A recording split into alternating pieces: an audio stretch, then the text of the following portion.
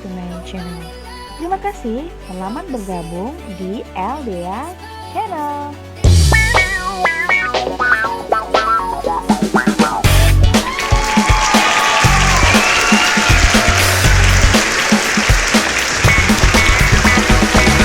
Apa itu reksadana?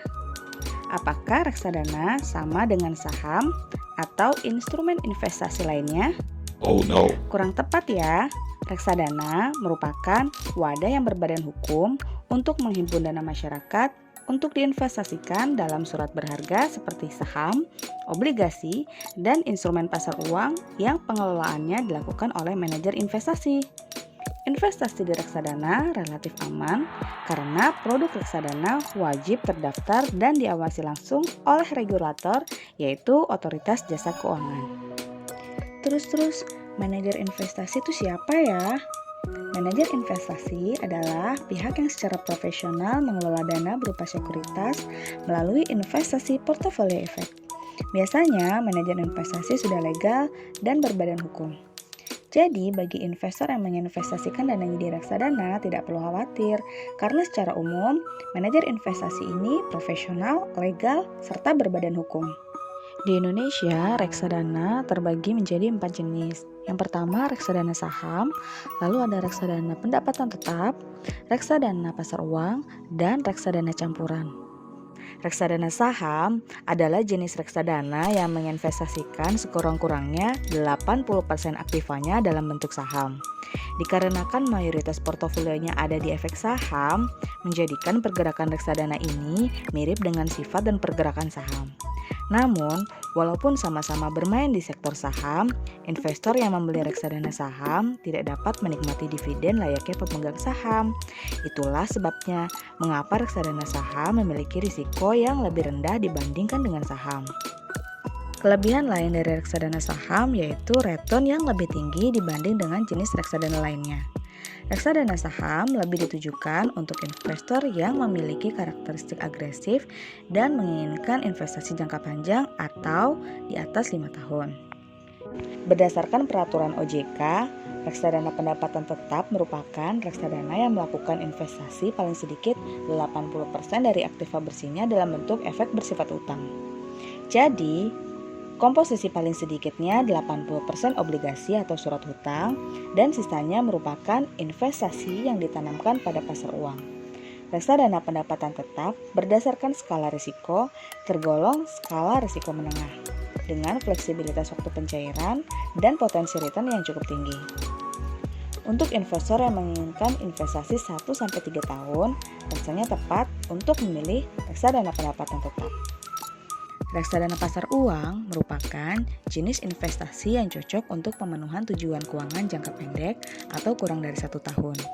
Reksadana jenis ini menempatkan dananya pada deposito dan surat utang jangka pendek, sehingga reksadana jenis ini sangat minim risiko dan reksadana pasar uang sangat cocok untuk investor pemula karena minimnya risiko yang menjadikan reksadana ini lebih aman dibandingkan jenis reksadana lainnya. Reksadana campuran. Reksadana jenis ini merupakan reksadana yang bobot investasi minimumnya senilai 79% pada campuran instrumen pasar uang, instrumen pendapatan tetap, atau instrumen saham. Pergerakannya cenderung berfluktuasi sehingga cocok untuk investor dengan profil risiko moderat sampai agresif dengan jangka waktu investasi menengah hingga panjang yaitu 3-5 tahun. Profil agresif, profil moderat, sebenarnya profil risiko investasi itu apa sih? Profil risiko para investor yang berinvestasi dibagi menjadi 3 macam. Yang pertama ada profil agresif, lalu ada profil moderat, dan profil yang konservatif. Profil risiko agresif. Karakteristiknya, investor yang tujuan utamanya yaitu untuk meningkatkan keuntungan jangka panjang. Investor agresif cenderung tidak akan mencairkan dana investasi saat terjadi fluktuasi penurunan jika jangka waktu investasinya kurang dari tujuan investasi. Biasanya, rencana jangka waktu investasinya lebih dari 5 tahun.